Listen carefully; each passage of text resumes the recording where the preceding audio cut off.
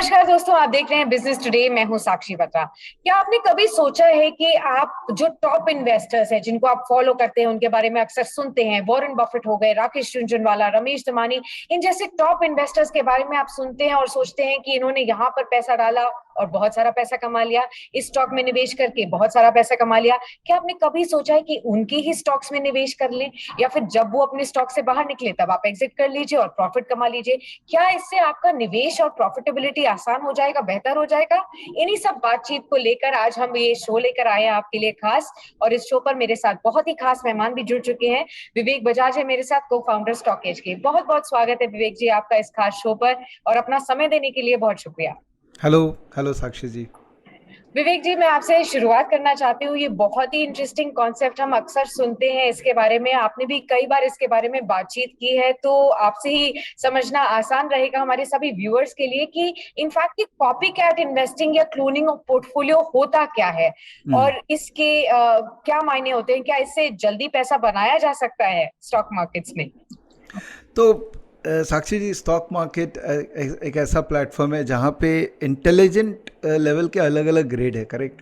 तो कुछ लोग बहुत इंटेलिजेंट होते हैं, उनका बेटर एक्सपीरियंस होता है मार्केट में, तो उनका स्टॉक आइडेंटिफिकेशन का तरीका बेटर होता जाता है। और जो नए लोग आए हैं उनको वो एक्सपीरियंस और वो इंटेलेक्ट गेन करने में थोड़ा टाइम लग जाता है।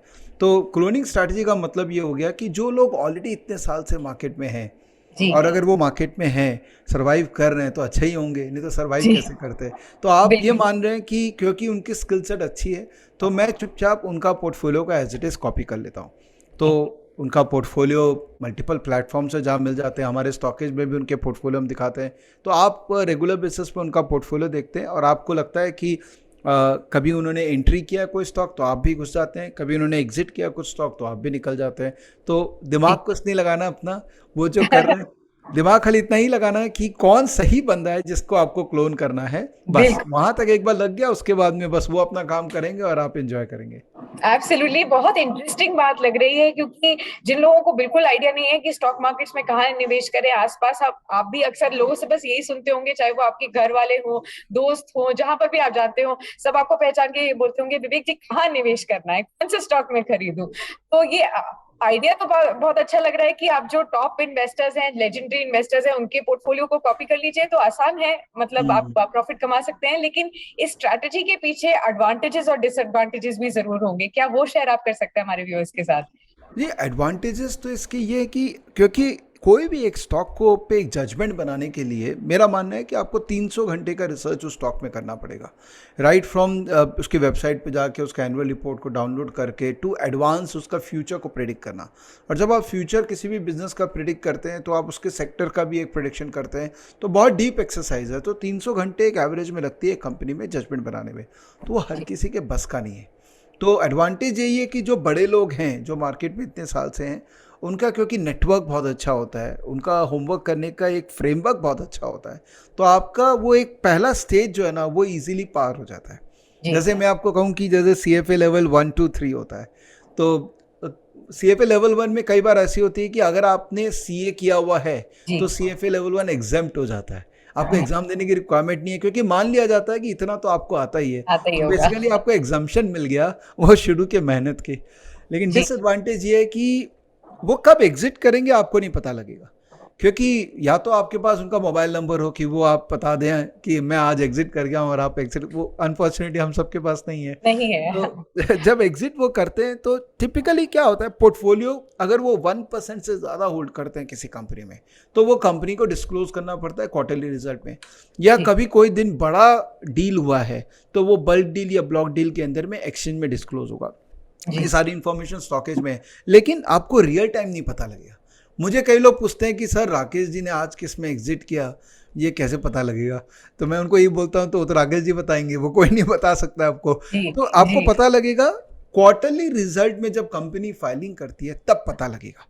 जैसे तो अभी हाल एग्जैक्ट फिलहाल टाइमिंग में, नहीं पता चल सकती। एग्जैक्ट टाइम ही नहीं पता लगेगा। हाल फिलहाल में राकेश जी ने स्कॉट से एग्जिट किया है, जी स्कॉट्स के कई शेयर उन्होंने बेचा है। अब कब पता लगा? जब दिसंबर क्वार्टर का फाइलिंग आया तब पता लगा। तब तक तो बिल्कुल। प्राइस करेक्ट कर चुका है, बिकॉज राकेश जी एग्जिट कर चुके हैं।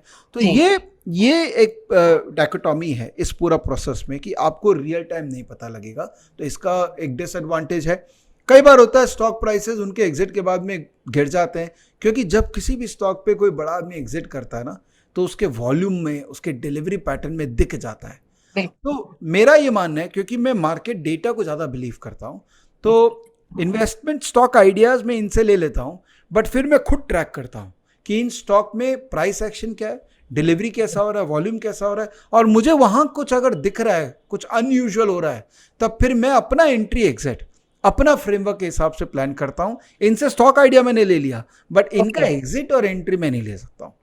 ओके, स्टॉक आइडियाज का इंस्पिरेशन आप ले सकते हैं, उसके बाद अपनी रिसर्च कर सकते हैं और फिर उसमें आप एग्जिट और एंट्री खुद टाइम करें, वो बेहतर स्ट्रैटेजी होगी, ना कि जैसे उनका पोर्टफोलियो आज दिख रहा है तो वो आप कॉपी प्लेस कर ले, ब्लाइंडली नहीं करना, ये तरीका होना चाहिए असली।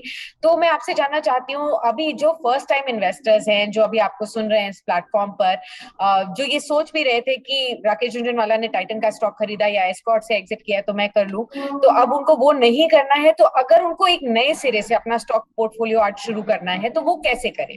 कितने स्टॉक्स उसमें होने चाहिए, किससे शुरुआत करें, कैसे स्टॉक्स को सिलेक्ट करें?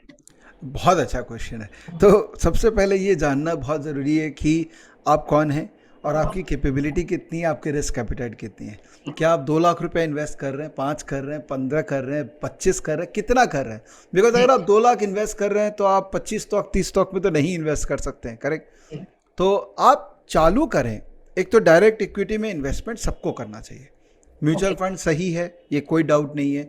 म्यूचुअल फंड एसआईपी एक स्ट्रक्चर्ड डिसिप्लिन प्रोडक्ट है, तो आप नहीं भी चाहेंगे तो वो ज़बरदस्ती आपको इन्वेस्ट करा देगा। तो वो एक नेचुरल डिसिप्लिन म्यूचुअल फंड सही है, कैंपेन ने इस्टेब्लिश कर दिया, तो वो आपको करना चाहिए। उसके अलावा डायरेक्ट स्टॉक में जब आप इन्वेस्टमेंट चालू करें, सपोज आपने सोचा कि मैं 2 लाख रुपए से चालू करता हूँ, तो 10 स्टॉक से चालू करिए, ठीक है? अब वो 10 स्टॉक कौन से होने चाहिए? अगर आपको शेयर बाजार के बारे में पता ही नहीं है तो आप कैसे जज करेंगे कि कौन सी मिड कैप कंपनी या कौन सी XYZ कंपनी है जिसमें मैं इन्वेस्ट करूं? इसलिए सेफेस्ट कंपनी में पैसे डालिए। तो सेफेस्ट कंपनी कौन है? मैंने एक कंसेप्ट बताया था, मदर स्टॉक। उस कॉन्सेप्ट में क्या था कि ऐसी कंपनीज जो एक माँ की तरह है, जो खुद तो ग्रो कर ही रही है, साथ में उनके बच्चे भी हैं जो भी ग्रो कर रहे हैं। जैसे एग्जांपल के रूप में अब रिलायंस है, तो रिलायंस का खुद का बिजनेस मॉडल है, उसके अंडर में रिलायंस रिटेल है, रिलायंस जियो है, तो उसके खुद के बच्चे हैं जो बहुत अच्छा कर रहे हैं। तो सेफेस्ट होता है वो मदर स्टॉक। 10 कंपनी का नाम मैंने अपने यूट्यूब चैनल पे दिया है, आप उससे एसआईपी करके चालू करिए। उससे क्या होगा, 6 महीने में आपके अंदर में कॉन्फिडेंस आएगा, कंफर्ट आएगा मार्केट को लेके। फिर उसके बाद जैसे जैसे आप कैपिटल अपना बढ़ाएंगे, कैपिटल 2 तरीके से बढ़ता है, या तो आपका एग्जिस्टिंग पोर्टफोलियो से कमाई होगी उससे बढ़ेगा, तो वो 6 महीने में नहीं होने वाला है कि अचानक से 2 लाख आपका 5 लाख हो जाएगा। वो काम आप नहीं कर सकते, वो नहीं करना चाहिए आपको। तो आपको जैसे जैसे कॉन्फिडेंस आएगा, आप एक्सटर्नल कैपिटल और मार्केट में डालेंगे। तो 2 लाख का सपोज आपने सोचा कि अब मैं 5 लाख कर सकता हूँ, तो ऑब्वियसली स्टॉक्स आपको बढ़ाने होंगे, तो 10 स्टॉक से आप 15 स्टॉक की तरफ जाएंगे। तो वो जो नया स्टॉक आप ऐड करेंगे, वहां पे आपको ऐसे स्टॉक्स ऐड करने पड़ेंगे जिनमें अल्फा रिटर्न ज्यादा है, मतलब मार्केट से बेटर रिटर्न आ सकता है। वो स्टॉक पिकिंग जो है, उसमें क्लोनिंग का बहुत बड़ा रोल है। कि आप राकेश जी का जब पोर्टफोलियो देखेंगे तो वहां आपको कुछ ऐसे स्टॉक नजर आएंगे कि अच्छा ये स्टॉक में इन्होंने स्टेक बढ़ाया, चलो इस स्टॉक पे मैं भी एनालिसिस करता हूं।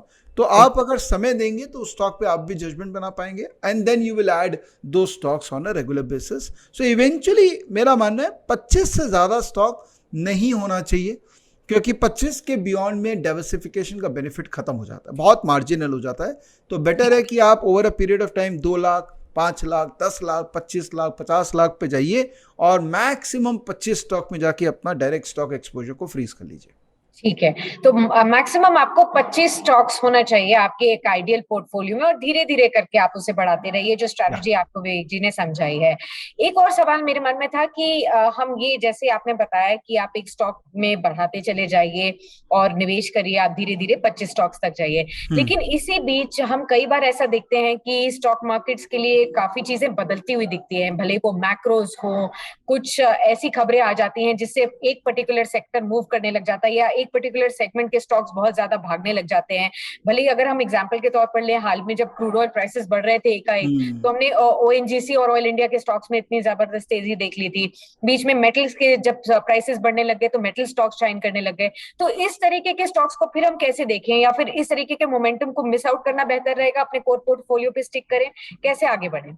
ये बहुत अच्छा क्वेश्चन है। तो इसका एक ही उपाय है कि जी। आप अपने पोर्टफोलियो को दो भाग में डिस्ट्रीब्यूट करिए, कोर पोर्टफोलियो और सैटेलाइट पोर्टफोलियो। कोर अच्छा। पोर्टफोलियो वो हैं जो आप रेगुलर एसआईपी, रेगुलर इन्वेस्टमेंट का काम करेंगे, तो उसमें चाहे पुतिन जी ने कुछ कर दिया या XYZ ने कुछ कर दिया, उससे आपको फ़र्क नहीं पड़ना चाहिए, उसको आप नहीं डिस्टर्ब करेंगे, बिकॉज वो आपने इंडिया में इन्वेस्ट कर रखा है, तो आप उसको डिस्टर्ब नहीं करना चाहेंगे। बट सैटेलाइट पोर्टफोलियो में आप एक अपॉर्चुनिस्ट बन सकते हैं कि अगर लगा कि अभी ये हुआ उसके कारण इस स्टॉक में इम्पैक्ट आ सकता है, तो एक बार उसमें पार्टिसिपेट कर लिए। लेकिन जब आप सैटेलाइट पोर्टफोलियो में इन्वेस्ट करते हैं तो वो स्विंग है, एक स्विंग कैप्चर करना चाह रहे हैं, तो जब भी आप स्विंग ट्रेडिंग करते हैं तो आपका स्टॉप लॉस होता है और टेक प्रॉफिट होता है। तो कोर पोर्टफोलियो में कोई स्टॉप लॉस नहीं होता है, उसमें आप एसआईपी करते रहते हैं अनटिल कोई कंपनी में ऐसा परिवर्तन हो जाए, जैसे अब सत्यम का केस हुआ। कई लोगों के लिए सत्यम कोर पोर्टफोलियो का पार्ट था, लेकिन अगर ऐसा कुछ कॉर्पोरेट गवर्नेंस इशू आएगा तो आप कुछ भी भाव होंगे आप एग्जिट कर जाएंगे, या यस बैंक है कुछ भी भाव था आप एग्जिट कर जाते हैं, बिकॉज वो फिलॉसफी को उसने डिस्टर्ब कर दिया। बट सैटेलाइट पोर्टफोलियो में आप काम करिए स्टॉप लॉस के साथ, टेक प्रॉफिट फोकस करके काम करिए, तो उसमें भी पैसे बन जाएंगे। तो वो आपके लिए एक क्या एक्स्ट्रा रिटर्न, कोर के बियॉन्ड थोड़ा एक्स्ट्रा रिटर्न जनरेट करने का एक माध्यम हो गया। चलिए, ये भी बहुत अच्छा तरीका आपने बताया। लॉन्ग टर्म इन्वेस्टमेंट के लिए कोर पोर्टफोलियो को रखिए, और अगर आपको एक्स्ट्रा रिटर्न्स की भी है तो आप एक सैटेलाइट पोर्टफोलियो में इस तरीके के चेंजेस में ऐसे स्टॉक्स को भी ले सकते हैं, लेकिन स्टॉप लॉस का ध्यान यहाँ पर जरूर रखना है। आखिर में मैं आपसे जानना चाहती हूँ कि आजकल की दुनिया में हमारे पास इंफॉर्मेशन ओवरलोड है, लगातार हम सोशल मीडिया से इनग्रॉस्ड हैं। अगर आप व्हाट्सएप देख लीजिए, ट्वीट्स है, टेक्स्ट है, टेलीग्राम है, हर जगह से हमारे पास इंफॉर्मेशन आती है, जहां पर कहीं स्टॉक टिप्स पता चल रहे हैं, कहीं स्ट्रैटेजीज पता चल रही हैं। तो इतनी सारी खबरों के बीच आप कैसे फोकस्ड रहें अपने कोर पोर्टफोलियो में, और नॉइज से कैसे बचेंगी, इसका क्या तरीका होता है?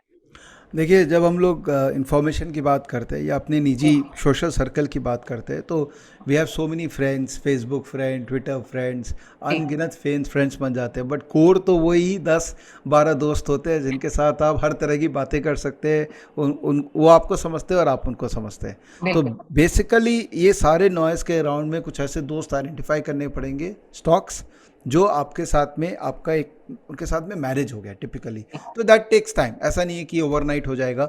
जो स्कूल के फ्रेंड्स होते हैं उनसे आप ज़्यादा क्लोज होते हैं बिकॉज आपने ज़्यादा स्पेंड किया था टाइम उनके साथ, और कॉलेज वाले, और जैसे जैसे आप टाइम कम स्पेंड करते हैं मार्जिनली लोगों के साथ, वैसे वो कम फ्रेंड होते हैं आपके। तो शेयर बाजार भी ऐसे ही वर्क करता है। तो हम सुनेंगे सबकी, लेकिन करेंगे अपनी। तो लेट नॉइस कम। See, some people have this habit of considering everything to be noise, कि यार इतना कुछ हो रहा है, और मैं बोलता हूँ कि बहुत अच्छा है ना, आने दो, जितना आएगा उतना मैं ही और बेटर रहूँगा, मैं और सीखूंगा। अब वो जो डिसिप्लिन है ना, to noise to information to decision making, ये जो जर्नी है, ये आपको तभी आप जी पाएंगे जब आपका कोई फ्रेमवर्क बैठ गया है। जैसे मेरा एक फ्रेमवर्क है, रिलेटिव स्ट्रेंथ फ्रेमवर्क, जो मैं सालों से प्रैक्टिस कर रहा हूँ। तो मुझे पता है कि अब कुछ भी मेरे को कोई कुछ बोलता है, हाँ आने दो, मैं अपने फ्रेमवर्क पे देख लूंगा, मुझे जमेगा तो मैं करूंगा, नहीं तो मेरे जाने दूंगा उसको, मुझे कोई प्रॉब्लम नहीं है। एब्सोल्युटली। वेल, बहुत बहुत शुक्रिया विवेक जी, ये सभी इंसाइट्स हमारे सभी व्यूअर्स के साथ शेयर करने के लिए। बहुत ही अच्छी तरीके से, सिंप्लीफाइड तरीके से आपने हमें समझाया है कि क्लोनिंग ऑफ पोर्टफोलियो क्या होती है, एडवांटेजेस डिसएडवांटेजेस क्या हैं, कैसे कोई अपनी पहली शुरुआत करे स्टॉक मार्केट्स में एक पोर्टफोलियो बनाने की, और नॉइज से कैसे बचें। तमाम चीजों पर आपने बातचीत की है, जो कि जरूर हमारे सभी व्यूअर्स को बहुत हेल्प करेंगे अपने स्टॉक मार्केट्स और इन्वेस्टमेंट जर्नी में। बहुत बहुत शुक्रिया हमारे साथ अपना समय व्यतीत करने के लिए। Thank you so much. Video पसंद आया तो हमें लाइक, कमेंट, शेयर और सब्सक्राइब जरूर करें।